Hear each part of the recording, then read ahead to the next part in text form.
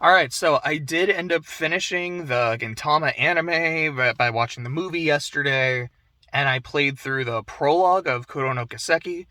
So I figured, yeah, why the hell not? I'll just go and get my thoughts out on both of those. So just on the Gintama movie, it's like an hour, 40 minutes. I'd say the first 100 minutes or so, more or less, ish, is just finishing the Silver Soul arc. It's just a climax with first, everyone storming the castle, and after that, you get your last final confrontations with the main antagonist.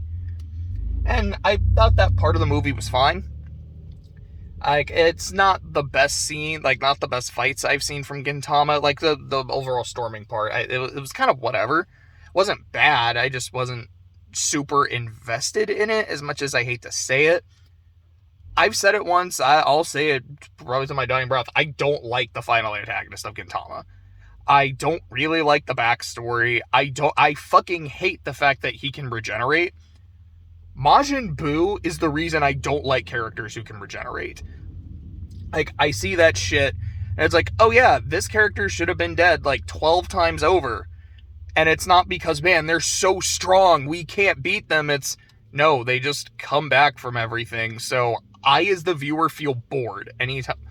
Okay, maybe not anytime, but a lot of the times when I see a character like that, I feel bored watching them. Like, they're just gonna come back. This feels like bullshit. That's why I didn't like the Buu arc. That's why I don't like Utsuro. Again, there is a couple other reasons why, but that's the main one. But I will say, what they did with the final fight, I liked. I still thought it was stupid bullshit. I was like, oh, this person has my blood, therefore they're just a vessel for me and I could take over, and like, it's so dumb. I just don't like it. But the fact that the person he was possessing has enough will and personality to fight him off while being possessed. So all of Utsuro's attacks are essentially like they're just missing Gintoki because his vessel is saying, no, I'm not gonna let you hurt him. That's actually really cool. And as like the final confrontation is going on, Gintoki is having flashbacks to his previous fights with Utsuro, his previous fights with like the person being used as a vessel. It was really well done. So I gotta give the movie props for that. The rest of the ending is just, here's our final narration, but because it's Gintama, they're just kind of making fun of the fact that there is a final narration. Be like, wait, no, that's not what happened. This is what happened. And then it just all gets progressively dumber and dumber to the point where there really is no resolution by the end of the story. I'd be lying if I said it didn't bother me. I'd also be lying if I said it didn't work. Would I like resolution? Be like, all right, this is where everyone is in 10, 15, 20 years? Yes, I would like that. In a show where there's lots of sexual tension between Gintoki and other members of the female cast, would have I had liked to know if he ends up with any of them? Yes. But I don't feel like I really need to. But the one element that I feel like I genuinely wanted closure for, I wanted to see how it ended, is Madao. I wanted to know, it's like, yeah, is he able to get his life together and get back with his wife? Who knows? I mean, maybe the fact that it doesn't show it happening just means, no, it doesn't. Yes, his whole life was just like his entire life after meeting Gintoki is just a shit show. He is this miserable man. He will never be able to fix it. Man, I mean, that just fucking sucks, man. It's like, I just wanted to see this guy be happy. Because he's a good dude. Like, there's one episode, it's like this kid is doing this research project on Madao.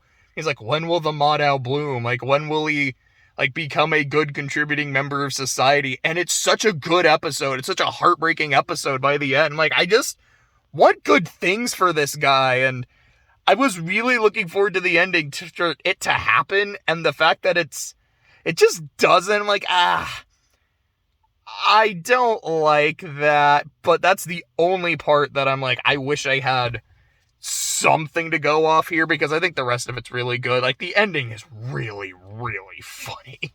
And even what they do with Madao, I was fucking howling the entire time. So overall, I think it's a very solid ending to a very, very solid show. Good shit all around. So after that, we had dinner, and then after dinner, I was like, all right, it's time for Kuro. Let's fucking start. I haven't played a Trails game in like 2 months, and I got my fix. Like Clay and I, one of my roommates, like Clay and I joke all the time that he and I are just like Kiseki addicts. We're part of the Kiseki cult. And so the first thing that really caught my attention is the title. So Kuro no Kiseki. Kuro I know usually means black. It can also mean dark. So I thought it was going to be titled, Trails in the Dark.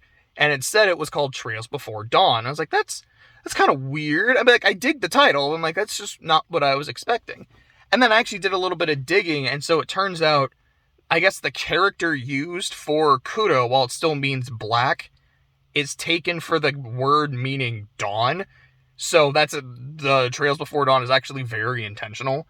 And something else I knew is that Trails at Dawn is the name of the gacha game that's only out in Japan. So that's another reason I was like, that's a little weird, because won't that kind of cause confusion? But anyway, like, I think the title's cool. So, the main character has an odd job store, or like an odd jobs business. He lives on top of a bistro.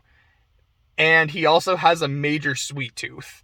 So just looking at all those three things right at the start, I'm like, wait, am I just playing Gintama right after finishing it? I'm not complaining. I just was not expecting all these similarities right after another. This is kind of dope as hell. But Van leaves a very good first impression. He seems like he's a really cool dude. Agnes leaves a pretty good first impression. Like, I already like her as well. I like their chemistry. It doesn't seem like it's anything romantic, anything sexual. It just seems like, no, this is a good dude. This is his client, and he's going to do what he can to help her out. And she's like, you know what? I really greatly appreciate this. Another thing I really like is, so she's like, oh yeah, there's this thing I really want. It's this old ornament. And, it's this heirloom from my great-great-grandfather. And so after, like, the second time she mentioned that, I was like, hold on a second. Ornament, great-great-grandfather, that's several generations. Is she a descendant of Epstein? Like, is that just where this is going? Because if so, that's really interesting. And by the end of the prologue, they're like, oh yeah, this is exactly what's going on. I'm like, thank you. Thank you for not wasting my time on this, what seemed like a really obvious reveal. I don't feel like that's something Trails does a lot. Like, if they really drag out obvious stuff, I would kind of have to, like, really think about some of the twists. The one that bothers me is Tio's backstory in Zero. While playing it, I didn't know spoilers going in, but having finished the game, I was like, there's times where her backstory could have been revealed a lot earlier, and I think it would have streamlined the plot of the game a lot better. So I'm glad that something like this, like, no, yeah, this is exactly what we're doing. It's, like, no bullshit. I appreciated that. Let's see. Gameplay's fucking weird, man. And not even just like, oh yeah, it's like an action RPG, and then you can turn it into a turn-based game, but all your boss fights are going to be turn-based. That's like, okay, that's a little different. But just the way ornaments are set up, it's really different from how it is in the other games. So at first I was like, oh, okay, so it's going to be like how it is in Sky or in Crossbell, where your quartzes are just stat boosts, but each one is going to have a color value to it, and that's what's going to determine your spells. Turns out that's not at all how your spells work. And that's a completely, like, separate thing that I haven't done Chapter 1, so I think it'll explain that a little more in detail. Like, that's really weird. It's the way your turn order is displayed is kind of off-putting to me. I'm like, it's telling me who's next, but it's not really telling me the full turn order. And when I cast a spell, I'm not sure exactly when I'm coming up in the order, which is pretty fucking important for these games. It also doesn't, like, it looks like from what I've played and what I read into, turn bonuses are just kind of linked to a character, like, for that combat, and it's not something that you can try and take from other people, which is a really big part, at least for me, in how Trails combat works, and one of the reasons I really like it, is that constant, manipulating the turn order to benefit you as much as possible. So, the early prognosis from what I played is good, but I'd be lying if I didn't say it seems weird. I think I'll end up getting used to it, but I'm like, this, okay, we'll see how this goes. Is there anything else? Oh, okay, the music so far, pretty good. I've heard the battle theme before, just like kind of listening to like a compilation of battle themes from the series. I thought it was okay. Hearing it in practice, it kind of slaps. Just some of the different background music, it's good. The OP slaps. Like, it's really, really good. And I feel like this is them trying to make a more modern game. And a lot of that is just the visuals, like how like expressive people are, even just NPCs in cutscenes. Looks like a mass improvement over some of the other games. Also, the fact that they are trying to make it a little more of like an active action RPG. It reminds me kind of Tales of Arise, and I'll be honest, it's not a great thing, because I didn't love Tales of Arise. I know a lot of people do, and hey, more power to you. If that's your game, that's your game. It just didn't really do it for me, so I'm hoping Kuro doesn't fall into a similar trap. It's the only other thing, it's just kind of a story thing, where so we've got our basic plot of like, all right, we got like the ancient pocket watch from Epstein, but I think there's 7 more we have to get, and in his notes he's like, okay, like you guys got to get all of these before this date because it's, crazy shit's gonna happen. And from playing Reverie, I know that, yeah, around that time, something really bad is going to happen. I don't know what. The characters don't know what. At least for the most part. I think the Grandmaster does. They're like, oh shit, I am really, really hyped to know what is going to happen. Because I don't think it happens in Kuro 1. It might happen in Kuro 2. And because I saw like an article that was like, oh yeah, it's like this is some of the shit about Kuro 2. It's gonna have like 20 playable characters, which is a very good number. Not nearly as much as like Cold Steel 4 or Reverie, but I think that's perfectly fine. Like, yeah, 20 playable characters.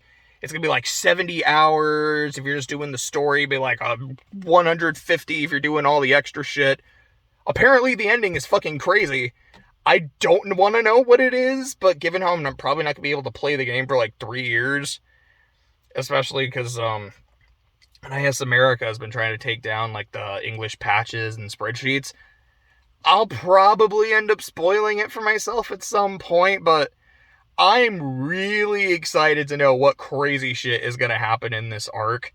And from what I have heard about Kuro 1, it is one of the best games in the whole series, which I heard about Azure, and I'll be honest, I love all the games in the series. I genuinely do. I think Azure at its best is the second best game in the series. I think Azure at its worst is the worst one of the bunch. So overall, it's kind of lower for me, as much as I hate to say it. I hope Kuro doesn't fall into that as well. I hope it is as good as people say it is. But I'm 100% looking forward to playing more.